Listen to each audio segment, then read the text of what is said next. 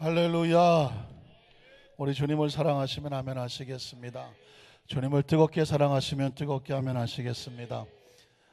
이번 주간에는 화요일날 수요일날 김장을 하셨습니다. 아침부터 나와서 세상에 김치 하나 이런 중노동이 있을 거라고는 대충 알고는 있었지만 김장하는 걸 보니까 정말 보통 중노동이 아닙니다. 그럼에도 불구하고 화요일날 수요일날 그리고 또 목요일날은 또 수능이 있었어요. 하루 종일 기도하시는 분도 계셨지만 또 식사 준비하시느라고 애쓰신 분들, 그러니까 거의 주의 종들이네요. 월요일 하루 쉬시고 화수목 오늘 차례배까지 나오신 우리 모든 분들 보면서 힘들어 못 나오신 분도 계실 수 있는데 놀랍게 또 3일 내내 나오신 분들은 오늘 이 자리까지 나오신 보면서 참 체력이 대단하시다, 독수리같이 날개치며 하나님 앞에 헌신했는데 새 힘을 주신 줄로 믿습니다. 그 추운 날씨 가운데 나신 우리 모든 분들에게 주님의 이름으로 감사의 마음을 전합니다. 오늘 성가대 찬양은 유난히 목소리가 컸어요. 무슨 일이 있었나요? 김장하고 나니까 힘나나요?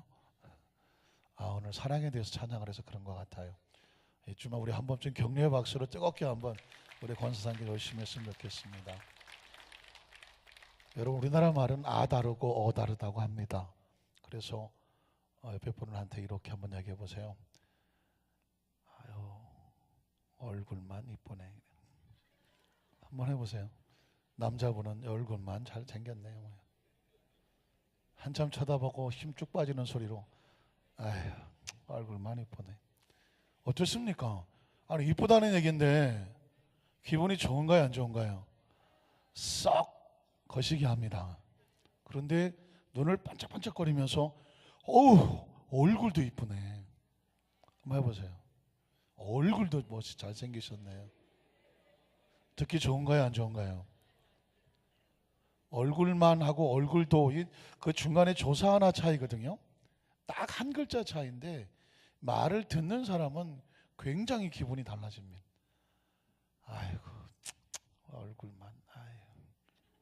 얼굴만 그러면 다른 게 어쩌다는 겁니다. 다른 게 어쩌다고 갑자기 여러 가지 상상이 오면서 썩 기분이 껄쩍지근하기 시작합니다. 그런데 눈이 반짝반짝 뜨면서 얼굴도 이뻐. 그건 뭐예요? 다른 것도 다 이쁜데 다 정말 좋은데 얼굴까지 이쁘다.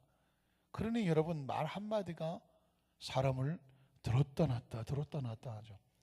그래서 여러분, 최근에 언어의 온도라고 하는 그런 책이 하나 나와 있습니다. 혹시 들어보신 분 계실 거라고 생각하는데, 언어의 온도 한번 따라 하실까요? 언어의 온도. 다시 말해서 말에는 온도가 있다는 것입니다. 세 가지 종류의 온도가 있는데, 따뜻한 말, 조금 아까 하신 말 가운데 얼굴도 이뻐요. 이건 굉장히 따뜻해요. 그렇죠? 그 말을 듣는 사람들은 다 마음이 편안하고 따뜻합니다. 그런데 아주 뜨거운 말이 있어. 뜨거운 말. 이게 뭐냐면 내 속에서 열이 받쳐갖고 뚜껑도 열리고 김도 모락모락 난 상태에서 막 나가는 말은 뜨거운 말이에요. 이 말은 상대방의 마음을 어떻게 할까요? 화상을 입힙니다. 근데 뚜껑을 열릴 때는 입을 열까요, 말까요? 말아야 돼요. 뚜껑이 열릴 때 나간 말은 상대방의 가슴에 화상을 입히고. 화상. 그러니까 여러분, 이 뚜껑이 열리면 무조건 도망쳐야 돼. 골방으로 도망쳐야 돼. 뚜껑이 열렸을 때 나간 말은 엄청난 100도가 넘는, 1000도, 2000도 가는 언어예요. 이때 나간 말은 이건 볼 것도 없어. 뚜껑 열려갖고 얼굴도 이쁘네 그렇게 말할 사람이 있을까요? 어림도 없어요. 그래서 아주 뜨거운 언어는 상대방의 마음에 화상을 입힌다. 그럼 나머지 하나는 뭘까요? 아주 차가운 말이 있습니다. 차가운 말은 상대방의 가슴에 상처를 내고 얼어붙게 합니다. 벌써 싸늘하게 냉기가 흐르고 말이 싸납고 비수같이 꽂힙니다. 그러니까 여러분, 우리가 쓰는 언어는 세 가지 중에 하나예요. 따뜻해서 상대방의 마음을 부드럽고 그 편안하게 해주거나, 아니면 뚜껑이 열려갖고 막 콧구멍도 커지고 벌렁거리면서 막 누나를 보라리면서 그냥 씩씩거리면서 이 어떻게 할 줄 몰라갖고, 그때 나가는 말은 상대방의 가슴에 평생 씻을 수 없는 가슴 아픈 화상을 남긴다. 그래서 한 번 더 따라 하실까요? 입술에 30초, 가슴에 30년. 입술에 30초 나간 말이 가슴에 30년을 가슴에 화상을 입힙니다. 그래서 뭐 뚜껑이 열릴 때는 무조건 도망가서 골방에 들어가서 하나님 앞에 뚜껑을 쏟아 놓아야 돼요. 하나님, 나 열받아서 못 살겠어요. 하나님은 다행히 그래도 뚜껑이 열린 말에 상처를 안 받으셔. 혹시 내 속에 차갑게 얼어붙었어. 뭔가 내가 차갑게 얼어붙은 상태에서 나간 말도 상대방의 가슴에는 어떻게 찔러요? 비수같이 찔러요. 그래서 부부 사이는 가장 가까운 사이인데 뭘 하고 살아야 돼요? 말을 하고 살아야 되거든요. 그러니까 이 말이 온도에 따라서 가장 따뜻하고 부드러워야 부부 사이는 편안한데, 가장 가까운 사이인데 안타깝게도 우리 입에서 나가는 말이 따뜻하지 못하거나 차갑고 뜨거울 때 상대자, 배우자는 치명적인 상처를 입을 수가 있다는 겁니다. 그래서 우리가 따뜻한 말을 해야 사람이 모여요. 따뜻한 말을 해야. 그런데 아주 뜨거운 말을 하는 사람에게 가까이 갈까요, 안 갈까요? 안 가요. 뜨거운 물엔 손 안 댑니다. 아주 차가운 사람에게 사람이 가까이 갈까 안 갈까요? 말이 가까이 갈까요? 말이 헷갈리네. 갈까요, 안 갈까요? 안 가요. 아주 막 냉기가 싹싹 오고 옆에 갔다가 그냥 바늘로 쿡쿡 쑤셔대고 그냥 막 입만 벌렸다면 막 총알이 날라오면 다 도망가고 숨어요. 그러니까 어떻게 해야 되겠어요? 하나님, 우리 입술의 말이 어떻게 따뜻한 말이 되게 주시옵소서. 가슴은 뜨거워야 돼요. 가슴은 뜨거워야 돼. 그러나 언어는 따뜻해야 돼요. 그래서 우리 땅의 삶을 살아가는 모든 사람들에게 언어를 연구하는 학자들 입장에서 언어의 입술이 따뜻해야 당신의 주위에 있는 사람들이 다 행복합니다. 당신의 입술의 말이 차가우면 옆에 있는 사람들이 다 불안해합니다. 당신의 입술의 말이 너무 뜨겁게 나가면 주위에 있는 사람들은 다 화상을 입고 그 상처 속에 살아갑니다. 어떻습니까? 굉장히 중요한 말이죠. 사랑하는 성도 여러분, 예수 믿고 구원받으면 우리는 뭐부터 따뜻해져야 될까요? 말부터, 언어부터 따뜻해져야 됩니다. 언어가 따뜻하지 않으면 안타깝지만 그리스도의 사랑을 아직은 잘 실천하지 못하는 것과 같습니다. 마음 놓고 말해야 되는 상대는 없습니다. 함부로 말해도 되는 상대는 없다고요. 마음 놓고 폭발적으로 말하거나 차갑게 말하면 안 돼요. 혹시라도 아직은 미성숙해서 아직은 거기까지 못 가서 말이 나갔다면 빨리 주워 담아야 돼요. 미안하다고 하고 실수했다고 하고 상황을 설명해서 상대방의 마음이 다시 따뜻해지도록 우리가 그 말을 풀어줘야 돼요. 여러분, 이 찬양을 기억하십니까? 천사의 말을 하는 사람도 사랑이 없으면 소용이 없어요. 천사처럼 말하지만 따뜻한 말이 없으면 그 무슨 굉장히 영혼 없는 소리와 같고요. 심오한 진리를 깨달았다고 뭐 진리를 설파한다고 하지만 따뜻한 사랑으로 말하지 않으면 울리는 진과 같아요. 강단에 설교하는 설교자가 많은 것을 배워서 아주 현란한 솜씨로 지식을 전한다고 할지라도 이곳에 있는 성도들의 영혼을 사랑하는 마음이 없다면 그 소리는 꽹과리 같다, 그 소리입니다. 오늘 저와 여러분에게 오늘 예배의 주제는 우리가 사랑의 언어, 축복의 언어를 주제로 삼고 이 찬양을 부르면서 이게 찬양으로 끝나지 않고 평생에 우리의 입술을 지키는 기도 제목이 되게 하여 주시옵소서. 우리 함께 찬양하겠습니다.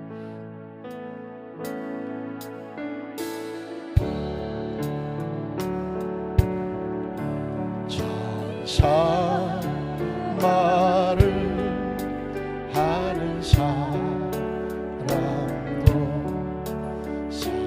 사랑 없으면 소용이 없고 수고한 진리 깨달은 자도 울리는 진화 같네.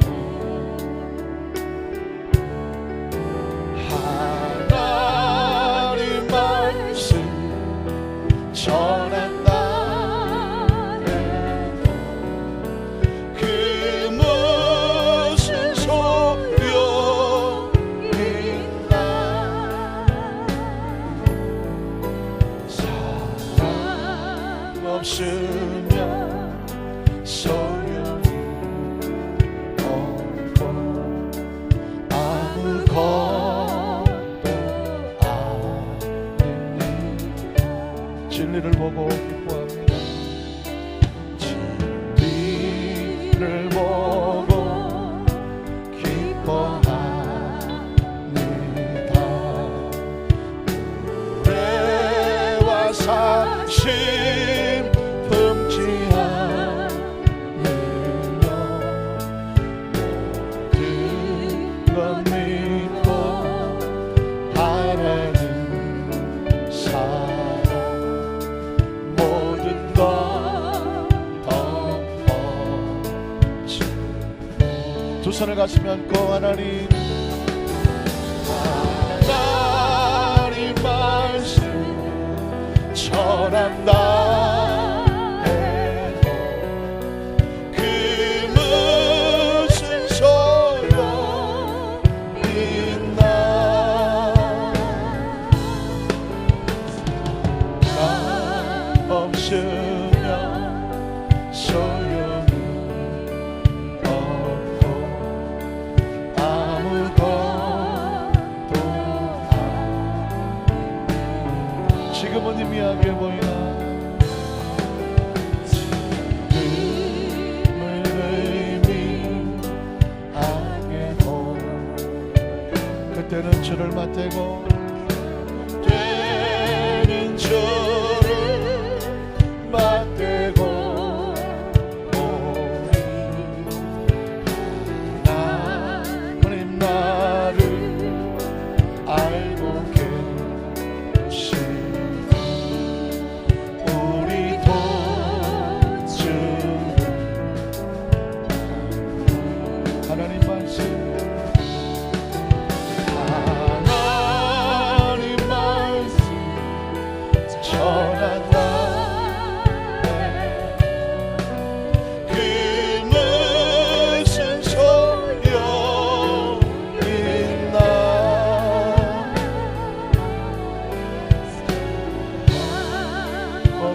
없으면 소용이 없고 아무것도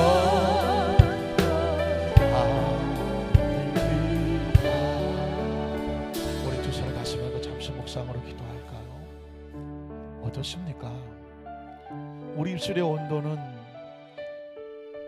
어느 정도 온도가 될까요? 여러분의 온도는 또 저의 온도는 따뜻할까요? 따뜻했으면 좋겠습니다.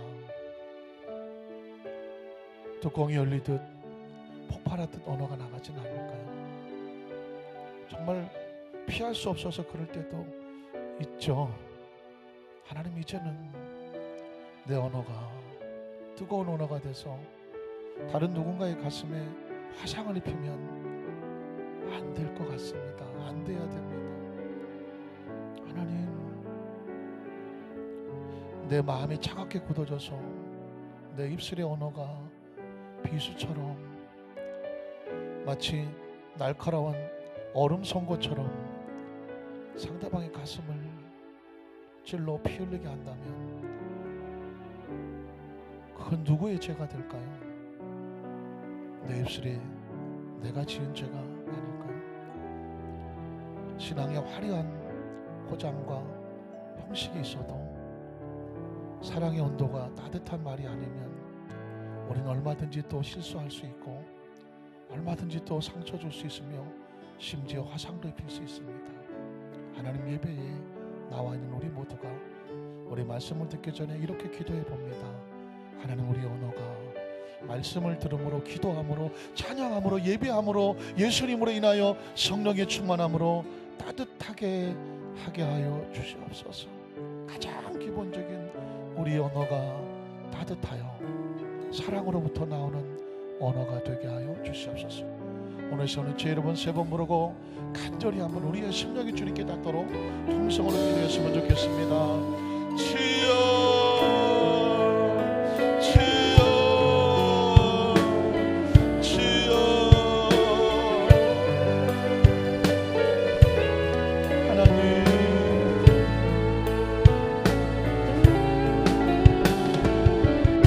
하나님,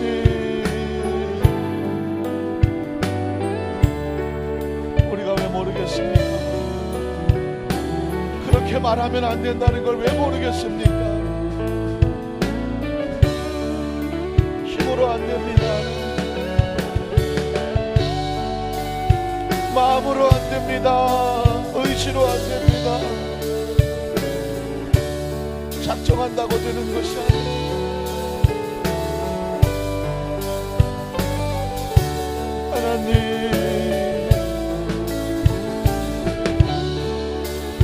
하나님의 사랑으로, 그 한량없는 사랑과 은혜로 내가 너를 어떻게 구원했느냐, 내가 너를 어떻게 용서했느냐, 내가 너를 어떻게 여기까지 이끌어왔느냐, 네가 지금 누구의 은혜로 살고 있느냐, 지금 누가 어떻게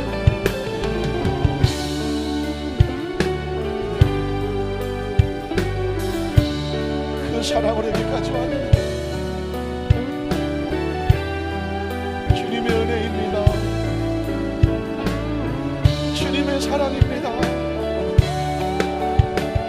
주님의 용서입니다.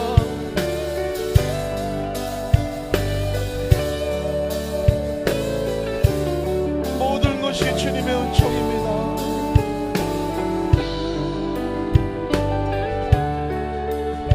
우리가 무엇을 자랑합니까? 우리가 무엇으로 목을 뻣뻣하게 합니까?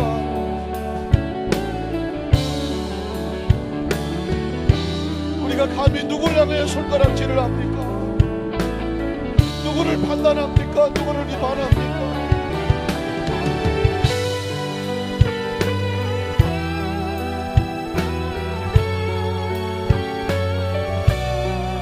주님의 언어는 항상 따뜻하셨습니다. 나도 너를 정죄하지 않으노니 가서 다시는 죄를 범하지 마라.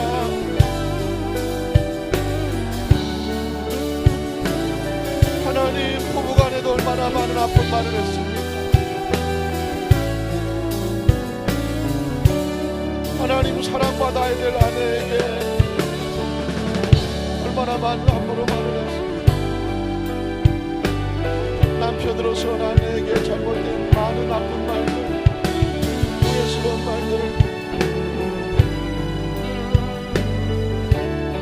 회개하고 다시 하나님, 다시 입술로 범죄하지 않기를 하나님, 우리 교회 모든 남성들, 모든 아버지들, 모든 남편들의 가슴 속에 다시 아내인 교회 상처 주는 말이 나오지 않도록 아내의 언어 속에 얼마나 남편을 또 때로 아프고 힘들다고 존중하지 못한 말이 나왔습니다. 아내 입장에서 남편에 대해서 쏟아놓았던 잘못이, 잘못된 언어들은 없었습니다. 이 시간 하나님 다 회개하고 자복하고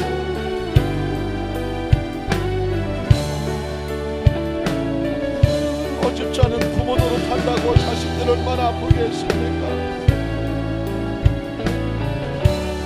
얼마나 우리 자녀들에게 부모들이 아픈 말을 쏟아놓았습니까? 아버지, 돌이켜보면 후회스러운 말들이 너무나도 많습니다. 우리의 자녀들이 아픈 가슴에 화상을 입고 평생을 가슴 아파 살아가야 한다면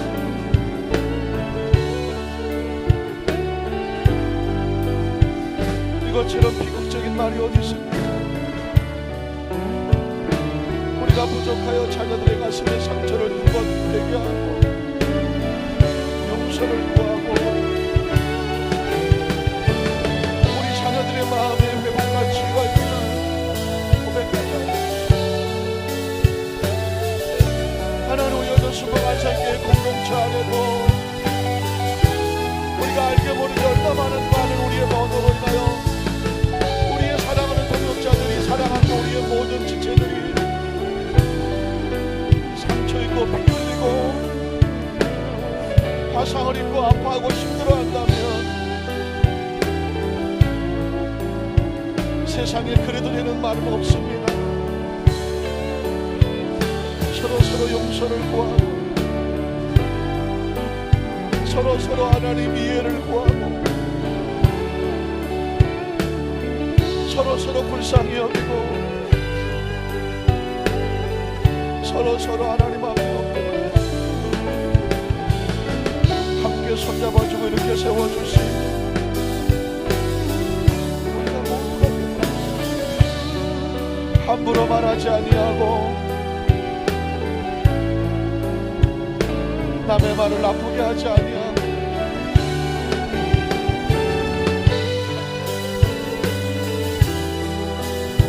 남에 대한 이야기는 절대로 소문이라도 나쁘게 말하지 아니하고 내 입에 나가는 말은 사람을 살리고 격려하고 위로하고 건강고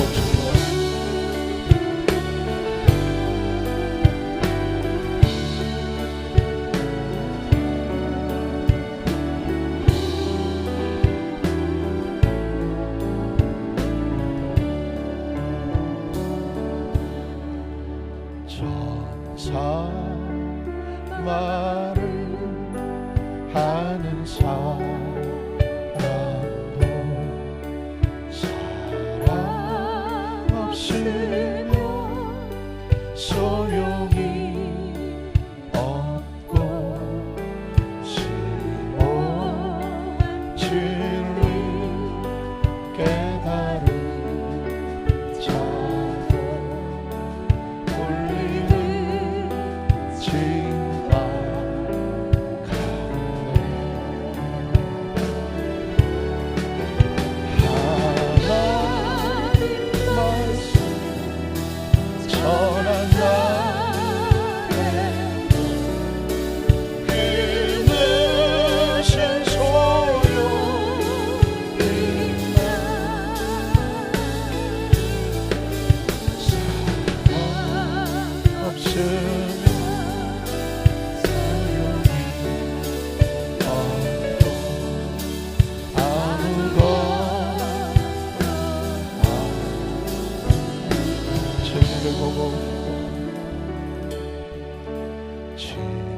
진리를 보고 기뻐하니라.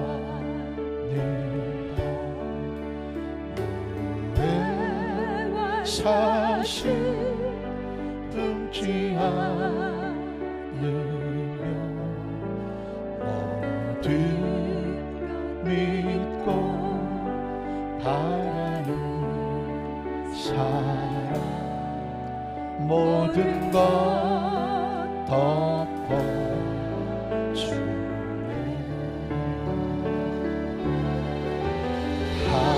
하나님 말씀 전한다. 그 무슨 소용이나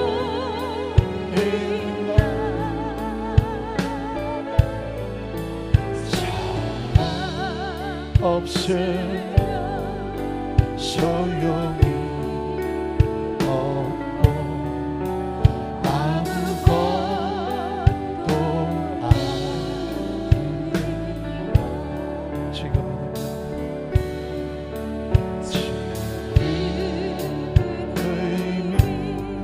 의미하게 보여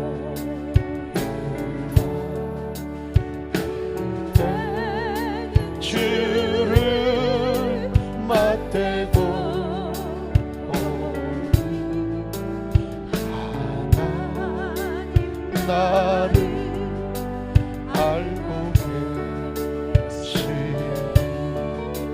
우리도 주를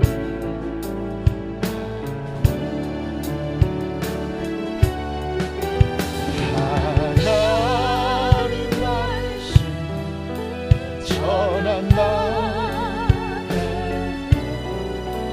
그 무슨 소용있나 사랑 없으면 소용이 없고 아무것도 하나님 말씀 전한다 하나님 말씀 전한다 그 무슨 소용있나 사랑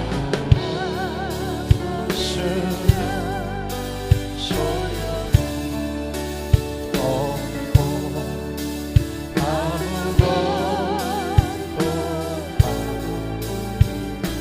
사랑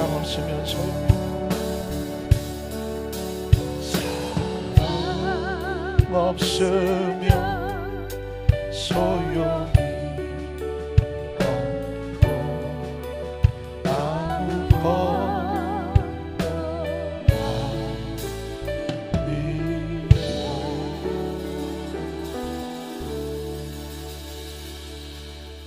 하나님 주께서 그 살과 그 피를 흘려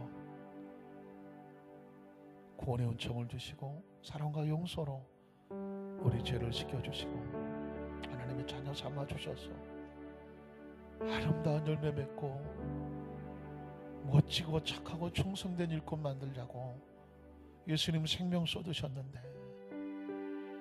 막상 열매를 따고 보니 껍질은 화려한데 속은 썩었다면 껍질은 화려한데 그 속에 사랑이 없다면 용서도 없고 긍휼도 없고 인애도 없고 자비도 없고 포용도 없고 용납도 없고 배려도 없고 겸손도 없고 따뜻함도 없다면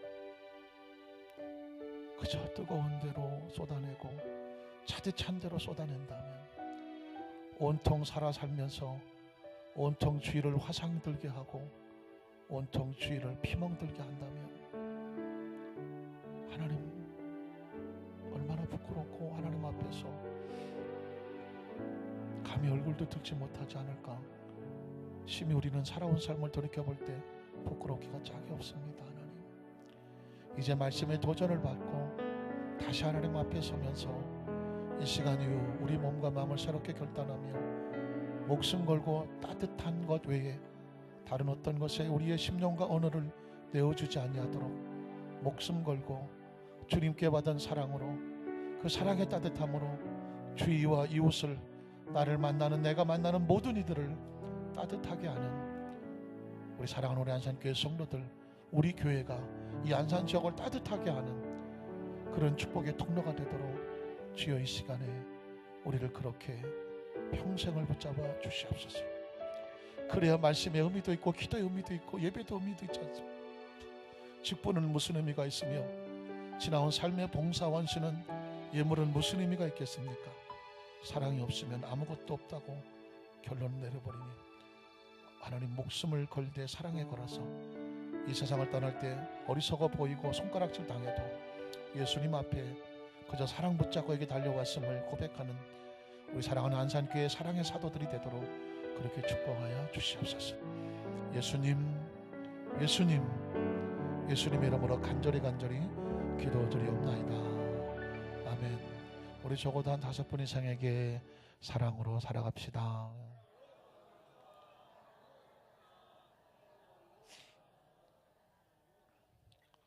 할렐루야. 여러분 이 찬양과 이 고백은 철회 예배 오늘만 있는 찬양은 절대로 아니고요. 여러분이 정말 예수님을 구주로 믿으신다면 크리스찬이라면, 정말 천국을 믿으신다면, 천국에 가기를 소원하신다면, 그리고 그렇게 크리스찬의 삶을 살아가기를 원하신다면, 그리스도의 제자라고 하는 예수님을 닮아가는 작은 예수님의 제자 되기를 원하신다면 사랑의 목숨을 거셔야 됩니다. 천국은 사랑으로 갑니다. 천국 가는데 가져갈 수 있는 건 사랑밖에 없습니다. 믿음은 천국 가기 위해서 들어가는 티켓과 같다면 믿음의 진짜 본질은 사랑에 있습니다. 사랑이 없는데 믿는다고 하는 사람은 죄송하지만 유통기한이 지난 티켓과 같습니다. 그래서 이런 사랑의 메시지는요, 다른 다양한 말씀을 나누다가도 다시 원점으로 돌아왔다면 다시 사랑으로 무장하고 또 나가고, 그러다가 보니까 여러 가지 바늘들이 부딪히죠. 다시 돌아와서 사랑의 재충만을 받고 새롭게 재교육을 받고, 그리고 또 나가서 헌신하고, 하다가 또 지치고 힘들면 다시 돌아와서 또 다시 사랑으로 채워서 또 가고. 그래서 믿음 충만은 사랑 충만이고, 성령 충만은 사랑 충만이고, 은혜 충만은 사랑 충만입니다. 그래서 믿음도 다른 언어로 사랑이라고 말하고, 성령도 다른 언어로 사랑이라고 말하고, 예수님도 다른 언어로 사랑이라고 말하고, 천국도 다른 언어로 사랑으로 가는 것입니다. 믿으십니까? 적어도 이 비밀을 가슴에 끌어안고 사랑하는 성도들은 늘 가슴속에 사랑으로 따뜻하시기를 주님의 이름으로 축복합니다. 한번 따라 하실까요? 하나님 앞에 상달되는 기도와 구제. 하나님 앞에 상달되는 기도와 구제, 이런 제목으로 말씀을 늘 나누기 원합니다. 성경을 이렇게 장별로 하나하나 말씀을 나눈다는 것은 굉장한 의미가 있습니다. 어떻게 보면 좀 더 익사이팅하고 좀 익숙하고 뭔가 좀 그런 어떤 스펙타클한 어떤 뭔가 정말 그 본문 하면 그냥 잊혀지지 않는 어떤 그런 본문을 통해서 말씀의 은혜를 받을 수도 있습니다. 그러나 수요일날 같은 경우에는 요한복음, 금요일 날은 가급적 다른 특별한 어떤 절기가 아닌 다음에는 사도행전 말씀을 가지고 말씀을 나누다가, 저도 지난 30년 설교를 하면서 깨닫지 못했던 것들이 다시 말씀을 계속 묵상하는 가운데 또 새롭게 주시는 놀라운 은혜를 얻게 됩니다. 그 중에 하나가 뭐냐면, 사도행전 10장까지 오면서 계속해서 저는 이제 수요일 화요일 날 되면 주일날 이제 주일 예배 끝나고 나면 목사들이 그렇죠, 설교자는 그래요, 다시 칙딱 돌아가면서 다음 주 수요일 말씀, 또 목요일 새벽 말씀, 철야 말씀, 그 다음 주일 말씀, 요즘은 주보까지 다음 주 수요일날 금요일까지 주보까지 실는 바람에 제가 행정실장한테 매일 들볶입니다. 다음 주 수요일하고 금요일 설교 제목을 주십시오. 그러니까 최소한 머릿속에 5개, 6개 이상의 설교를 미리 늘 준비해 놓고 묵상하고 해야 됩니다. 그러니까 화요일 날은 거의 설교의 전체 아웃라인을 최소한 5개 이상을 묶어야 되고, 그 다음에 수요일날 설교는 화요일날 나와야 되고, 수요일날 오후가 되면 다음날 목요일날 새벽 예배 전에 나와야 되고, 금요일날 되면 이미 주일날 설교까지 다 나오고, 그 다음 주 수요일날 금요일까지 설교가 나와야 돼요. 그러니까 거의 온통 설교를 붙잡고 살아가고 있습니다. 어느 목사님이 내가 이 설교만 했으면 좋겠다고.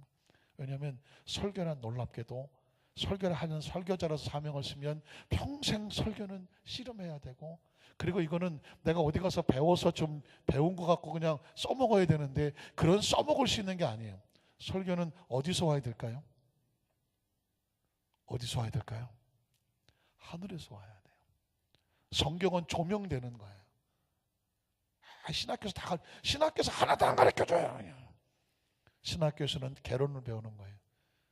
아웃라인을 배우면서, 그리고 말씀은 끊임없이 하나님 앞에 엎드려서 몸부림치면서 영감을 얻어야 되고 감동을 주셔야 되는 거예요. 사도행전 10장을 보면서 좀 깜짝 놀랐어요. 아하가 뭔지 아십니까? 어떤 영적인 영감이 왔을 때 빵 치는 거예요. 성경을 연구하는 사람은요 진짜 신이 납니다. 그래서 믿음의 선배 다윗은 그런 말을 했습니다. 주여, 주의 말씀이 내 입술이 얼마나 단지 성이꿀보다 닮습니다. 혹시 여러분 성경을 읽다가 꿀보다 달다? 할렐루야. 말씀에 깊이 묵상하고 말씀을 연구하고 말씀에 여러분 깊이 관심 있는 사람은요, 그 말씀 속에 주시는 그 하나님 주신 놀라운 은혜와 은총은요, 다른 어떤 걸로 해결이 안 돼요. 최근에 지금 이 이야기를 하려는 이유가 뭔지 아십니까? 복음서에서 사도행전으로 넘어오는 과정을 통해서 그냥 시대적이고 연대기적으로 한 줄 알았어요. 예수님이 살아생전에 복음서가 있었고, 예수님이 승천하시고 난 다음에 사도들에게 성령이 임하고 교회가 탄생을 하고, 그리고 사도행전 12장까지는 베드로를 통해서 사마리아 유대까지 나가고, 예루살렘 유다 사마리아까지 나가고, 그리고 13장서부터는 바울을 통해서 세계 선교까지 나가는, 그래서 여러분 바울 사도는 선교사라고 말하고 베드로는 사도라고 말하는 건데요. 근데 거기서 신기한 하나를 발견했습니다. 그건 뭐냐면, 모든 크리스찬들이 신앙생활을 하게 되면 신앙생활에도 단계가 있지 않겠습니까? 크리스찬들도 단계가 있어야 돼요. 저와 여러분도 지금 신앙생활을 하고 있다면 예수 믿고 구원받고 서리 집사 되고 안수 집사 되고 장로 되고 권사 되고, 이게 신앙의 단계가 아니에요. 이거는 봉사의 단계지, 진짜 신앙의 단계는 새로운 차원이 있다는 것입니다. 제가 한번 정리를 해드릴게요. 자, 예수를 믿고 나면 구원을 받고 예수님을 구주로 믿게 되죠. 구원받은 하나님의 자녀가 되죠. 이건 복음서예요. 예를 들면 예수님의 12제자들은 예수를 만나서 예수를 믿고 구원받은 정도가 아니라 예수님의 제자가 됐어요. 복음서는 그렇게 끝나죠. 그래서 예수님을 많이 배워요. 알아요. 그리고 지식도 쌓고, 그리고 예수를 믿으면 어떻게 기도도 배우고 예배도 배우고 찬양도 배워요. 그런데 문제는 뭐냐면, 이렇게 예수님을 아는 것으로 배우는 것을 끝나는 건 1단계 정도밖에 안 돼요. 그 다음 단계가 필요해요. 왜냐하면 그 다음 단계로 나가지 않으면 세상에 부딪혀서 넘어지고 쓰러지고 홀로 남는 경험을 하게 됩니다. 그게 바로 베드로예요. 예수님이 십자가에 달릴 때에 12제자는 다 도망갔어요. 그 중에 한 놈 가룟 유다는 예수를 배반하고 뒤에서 칼로 찢고 예수를 십자가에 못 박게 내어주고 했던 배신자였었죠. 그러나 11명은 다 도망갔어요.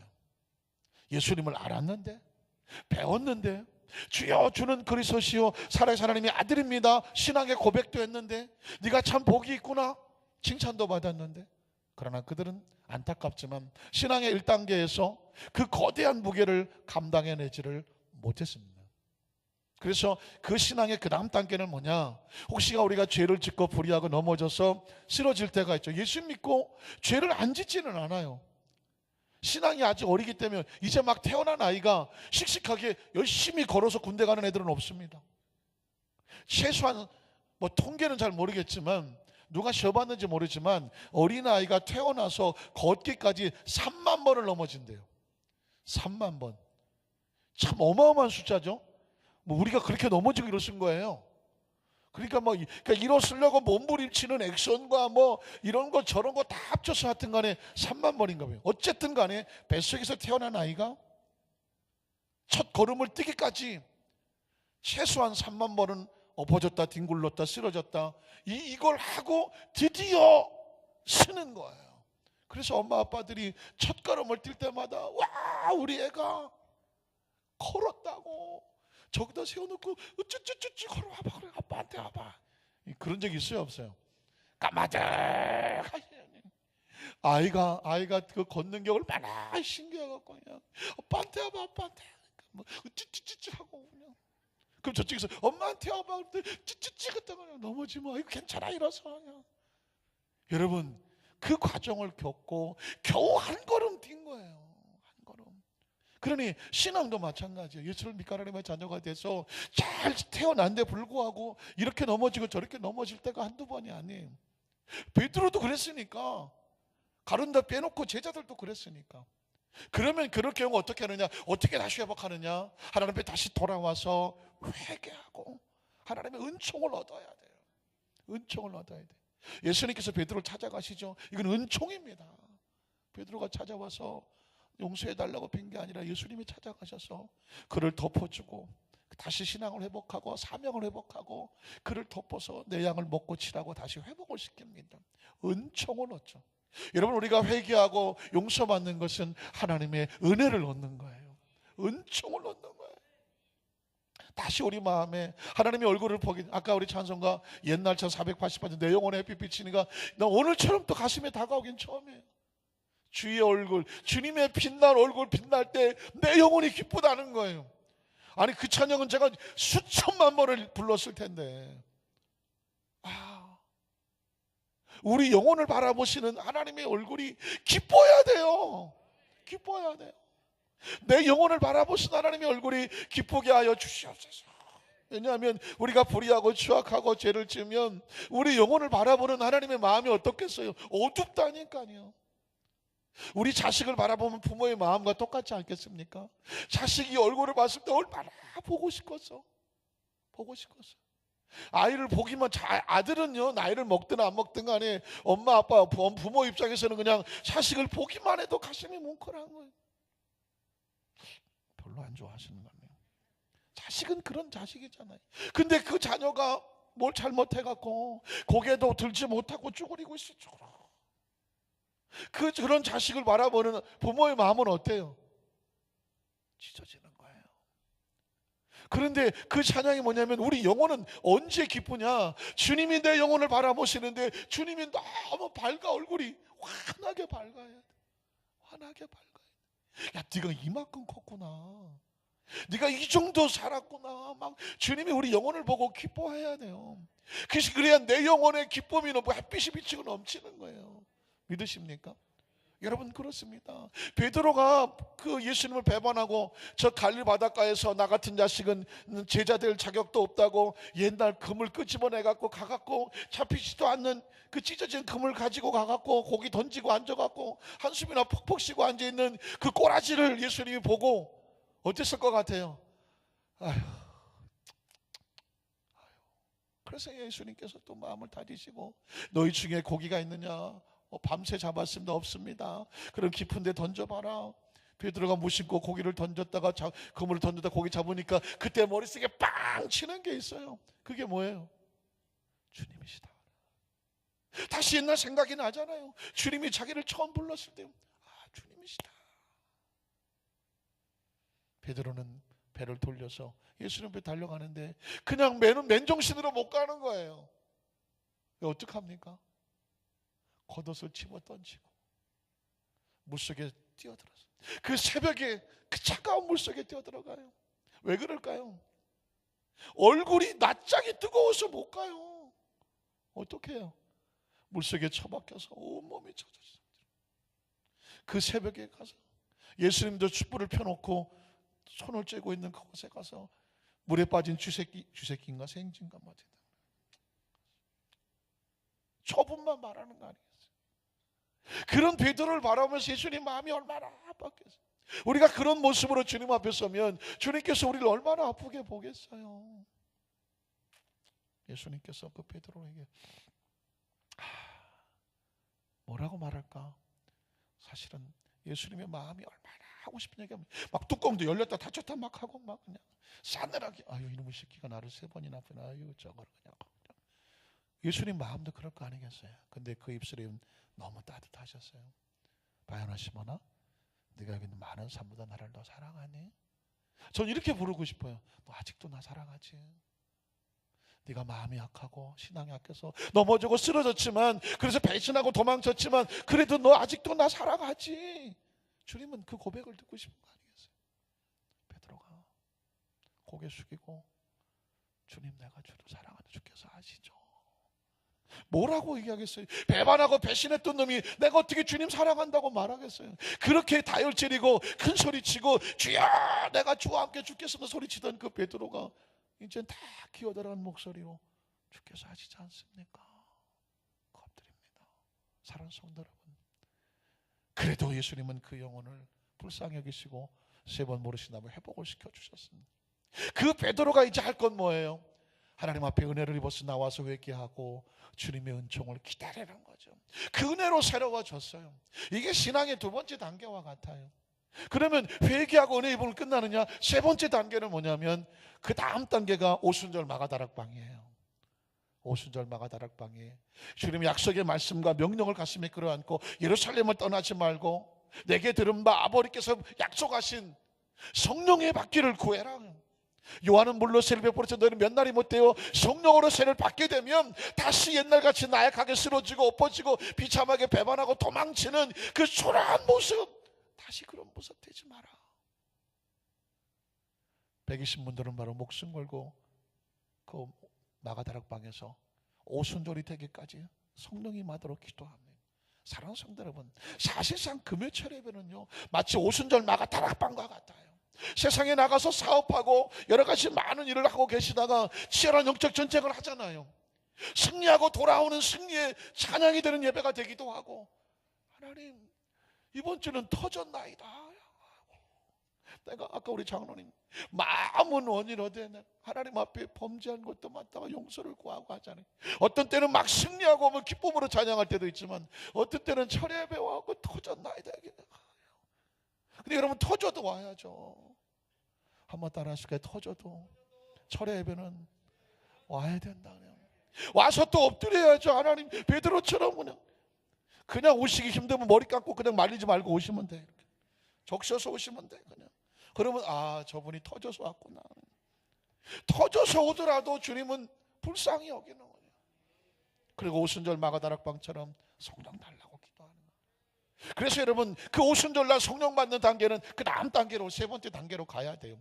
그 120문도 같이 그런 기도는 놓지 않는 거예요. 왜냐하면 처음에 예수님 승천하실 때 500명이 봤어요. 그 제자들이 500명이라고 말해요. 사도와 다른 제자들이. 그러나 오순절날 열흘 동안 기도하는 동안에 380명이 사라졌어요. 왜? 오늘도 안 오시고 내일도 안 오시고 다음 주도 안 오실 텐데 그 열흘 동안에 380명이 없어졌어요.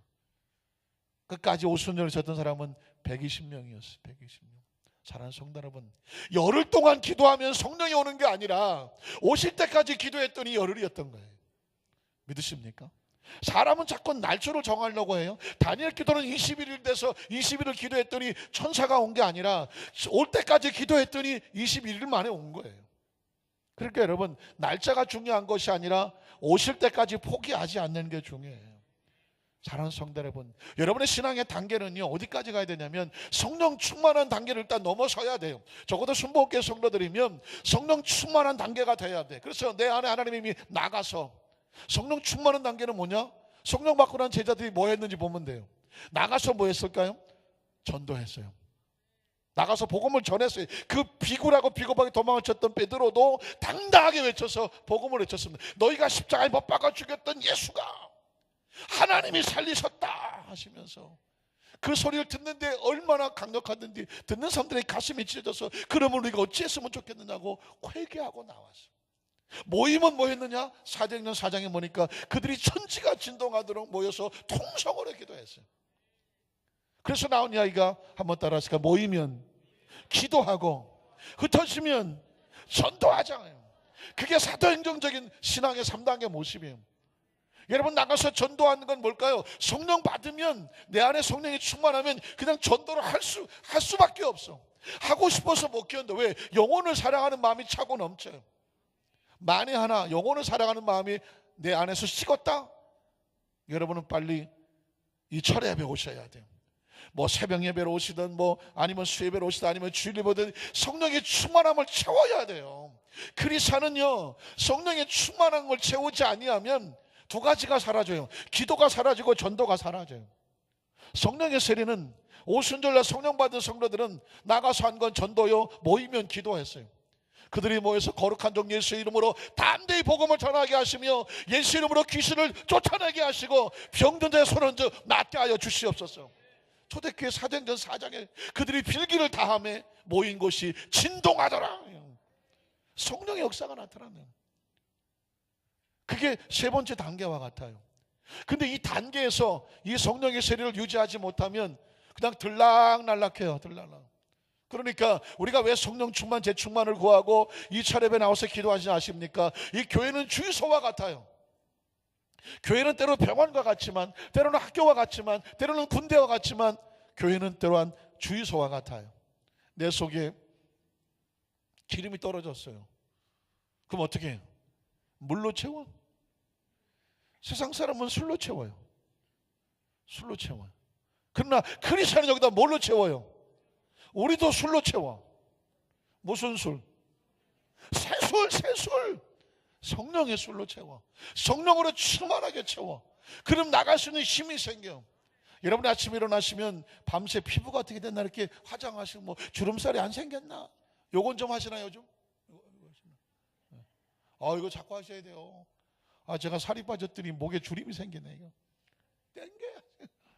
올라간 김에 뭐 하자고요? 감사하잖아요. 그러니까 하셔야 돼요. 왜 안 하셨니? 그러니까 얼굴을 딱 보면 여러분이 지금 기름이 어디까지 찼는지 눈금이 보여야 돼요. 여러분 마음에 아직 기쁨이 있고 힘이 있고 감사가 있으면 기름이 충만한 거예요. 근데 갑자기 막 눈꼬리도 처지고 이것도 처지고 아유, 의욕도 없고 못마땅하고 짜증은 나고. 이게 뭐예요? 기름이. 일본만 써서 죄송한데 옛날 차 이름이 다 그렇잖아요. 앵꼬가 날라 그러는. 바닥을 쳐서 옛날에는 빨간 뭐 눈금 같은 거 있었어요. 거의 기름 떨어질 때 빨리 이거 채우라고 빨간 눈금 근처까지 가서 막 딸랑딸랑한 적이 있었어요. 옛날 초보 때는 이름 큰일 나는 줄 알고 막 졸였던 적도 있어요. 그때 조금 운전하고 나니까 빨간불에 들어와도 80km는 갑니다. 또 누가 그래갖고 또 그랬던 정도 있어요. 그러나 여러분 이 크리스찬들은 이 영적으로 앵꼬가 나면 큰일 납니다. 벌써 자기가 알아야 돼. 그러면 어디로 가야 되느냐? 그러면 어떻게 되냐면 자꾸 막 뚜껑이 열려요. 여기서 막 김이 막 나. 그리고 아주 쉽게 서운해요. 속상하고. 여러분 제가 최근에 어떤 의학적인 지식을 봤는데 나이를 먹으면 더 성령 충만해야 돼요. 아니면 큰일 납니다. 이유가 뭐냐? 사람은 나이를 먹으면 더 서운해진답니다. 요즘 왠지 서운하고 섭섭하고 못마땅하고 내가 안 그랬는데 꼴 보기 싫고 그러면 여러분 나이 드신 거예요. 나이 드신 거야. 왜 그러냐면 우리 뇌에도 뭔가 짜증이나 뭔가 이런 것에 대해서 통제하는 호르몬이 분비가 돼야 된답니다. 이런 게 있어갖고 웬만하고 뭐 힘들고 어렵고 짜증나고 서운하고 이런 거 있으면 뇌에서 웬만한 건 소화를 시킨대요. 그러면 감정이 움직이질 않아. 근데 나이를 먹으니까 이 자식이 이게 기능이 점점 떨어져갖고 이게 서운한 게 통제가 안 돼. 그리고 나이를 많이 먹으면 이제 나이를 자꾸 들어가면 자꾸 조금만 누가 뭐라 그래도 화가 나. 요즘 왠지 화가 난다. 왠지 화가 난다 그러면 다른 사람 잘못이 아니야.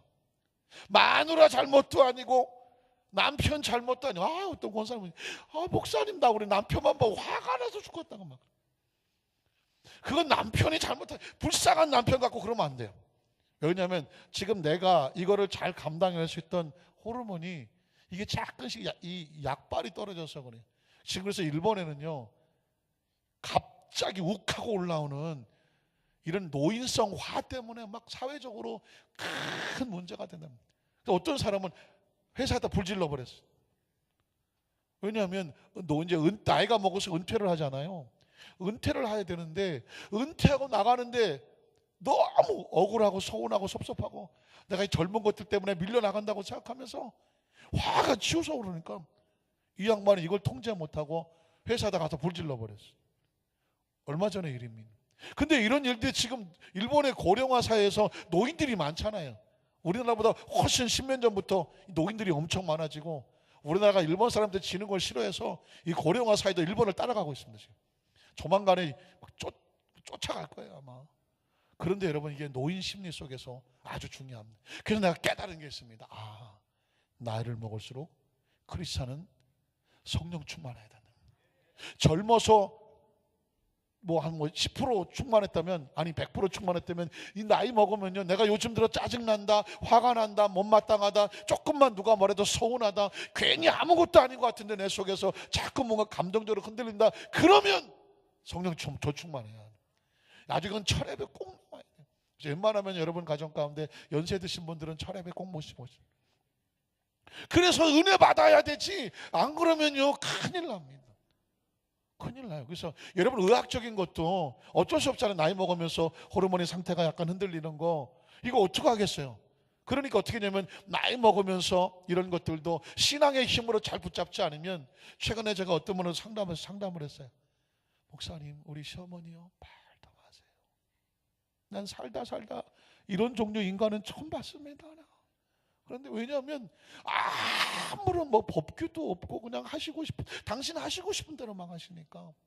그런데 그 딸들은 아무도 안 돌본데 엄마가 워낙 힘들게 해갖고 어쩌다 보니까 며느리 하나한테 걸려 들어갔고, 이 며느리가 얼마 전 장례 치를 때까지 그 수발을 다 들었.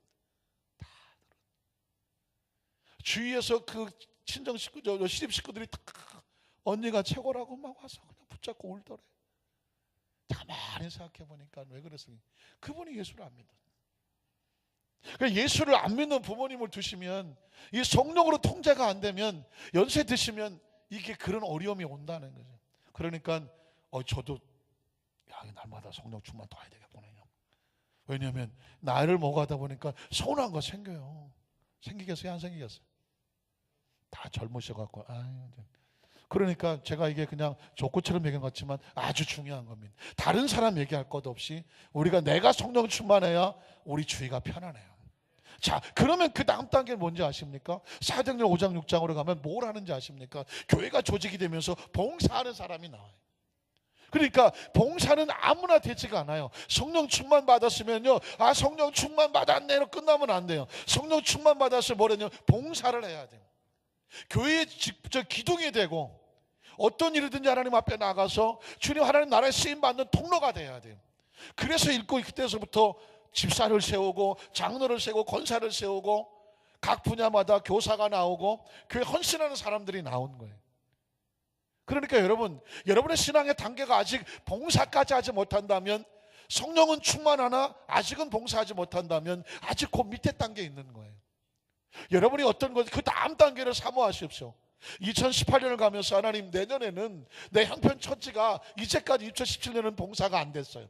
그러나 18년도에 가면은 하나님, 내가 뭔지 모르지만 강대성에 물그릇이라도 하나 갖다 놓는, 뭔지 모르지만 이 마이크 선이라도 좀 어떻게 정리를 하는, 아니면 내가 뭘 봉사할 게 없을까? 봉사하는 봉사자가 되게 하여 주시옵소서. 이게 그 다음 단계로 나가는 거예요. 남녀 선교에서는 문을 활짝 열고 여러분을 기다립니다. 물론 이제 오디션이나 비디오 이런 거 봅니다. 봉사하실 만한 자격. 그러니까 왜냐하면 그 시스템 속에 같이 들어와야 되니까. 그리고 나서 이제 제가 정리를 해야 되니까요. 그리고 난 다음에 벌어지는 상황이 뭔지 아십니까? 구제와 선행이 있었어요. 신앙에 이 성령 충만 받고 봉사하고 교회 안에서 봉사하잖아요. 이제 만약에 천국을 가기까지 우리가 이 세상의 삶 속에서 그리스도의 빛을 발하면서 쌓아야 될 게 있는데, 그게 뭐냐면 구제와 선행이었어요. 선행. 그래서 여러분, 지난 사도행전 9장에 보니까 도르가가 나오는 거예요. 도르가가 왜 갑자기 사도행전 1장이 안 나오고 6장이 안 나오고 7장이 안 나오고 8장이 안 나오고 9장에 나옵니까? 신앙의 단계가 이렇게 올라가고, 너희가 이 땅의 삶 속에서 진정한 믿음의 사람인지 신앙의 사람인지를 세상에서 펼쳐지는 것이 뭐냐? 세상의 삶의 현장 속에서 착하고 선하고 구제하고 남을 이웃을 돌봐야 돼요. 이게 신앙의 천국 가기 전까지의 가장 근접한 신앙의 모습이에요. 그래서 여러분, 지난 사도행전 9장에는 도르가가 나왔고, 아시죠? 선행과 구제에 힘을 썼어요. 그러다가 병이 들어서 죽었어.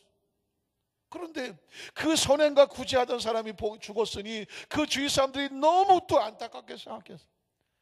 그 옆에 있던 베드로 사도에게 사람들이 가서 모셔왔어. 베드로가 죽은 사람을 어떻게 하겠어? 근데 베드로의 마음속에 도르가를 보니까 하나님의 감동을 주셨어요. 그를 붙잡고 기도해요. 도르가야, 주께서 명하시니 일어나라. 그랬더니 그 선행과 구제를 최선을 다했던 도르가가 다시 살아났어. 사람들이 깜짝 놀랐어. 도르가를 통해서 많은 사람이 예수를 믿고 그리고 주께로 돌아오는. 여러분, 선행과 구제는요, 병을 고치는 정도가 아니라 생명도 살려. 여러분, 오늘 이 시간 이후로부터 여러분이 기도할 때요, 주여 내 병을 고쳐주십시오가 아니에요. 선행과 구제를 하면 죽은 사람도 살려. 믿으십니까? 그러니까 아빠 여기 아파요, 여기도 아파요 엄마. 이게 어린아이 기도였어. 엄마 여기 아파. 호해줄까? 호. 이게 1단계 치료였어요. 이게 도루가 같은 사람은 죽었으나 선행과 구제가 하늘에 닿아서 그 사람을 하나님이 살리더라고요. 여러분, 오늘 이제 나오는 거는 뭐 자세한 내용은 또 다음 주로 가야 되겠지만, 또 나오는 사람이 백부장인데 고넬료가 나와.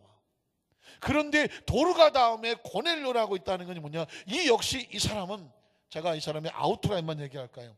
이 사람은 경건한 사람이라고 말했어요. 경건한. 온 집안이 하나님을 섬기면서 하나님을 경외해. 그리고 나오는데 선행과 구제에 힘을 써. 그리고 늘 기도하더니 이 사람이 고넬료예요. 여러분, 고넬료를 기억하십시오. 그 고넬료에게, 그 이방 사람에게 베드로도 상상하지 못했던 엄청난 사건이 벌어져요. 기대하시라. 다음 주에 계속 상황이에요. 말씀을 정리합니다. 기억하십시오. 오늘은 이걸 기억하세요. 아, 난 지금 내 신앙의 단계는 어디쯤 와 있는가를 생각하십시오. 예수 믿고 구원받았습니다.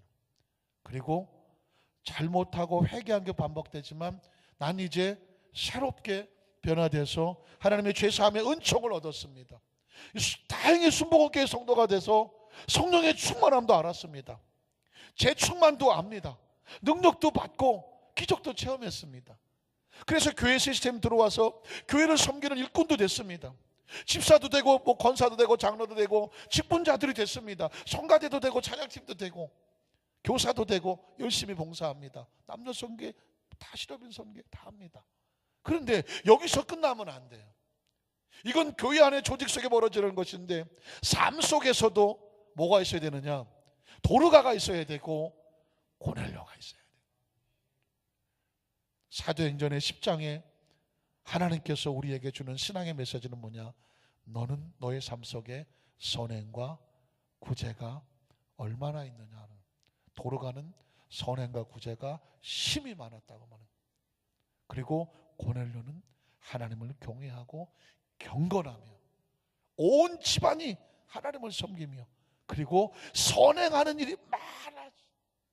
이방 사람에도 불구하고 그 유대교 장로들이 와서 베드로한테 말하기를 이 사람은 우리를 도운 사람이라고 칭찬해 줬습니다. 우리가 억울한 일을 당했거나 곤고한 일을 당했을 때에 주위 사람들이 달려와서 손을 모아서 이 사람은 반드시 살아야 됩니다.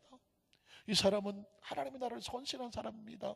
주위 사람들이 같이 와서 기꺼이 그 사람의 힘이 되어주고 중보가 되어주고 그 옆에서 증인이 되어주는, 여러분 정말 잘 살지 않았습니까? 도르가처럼 고넬료처럼 살아야 되지 않겠습니까? 언제까지? 천국 가는 전날까지. 그래서 이게 우리가 천국에 가면, 여기까지만 할게요.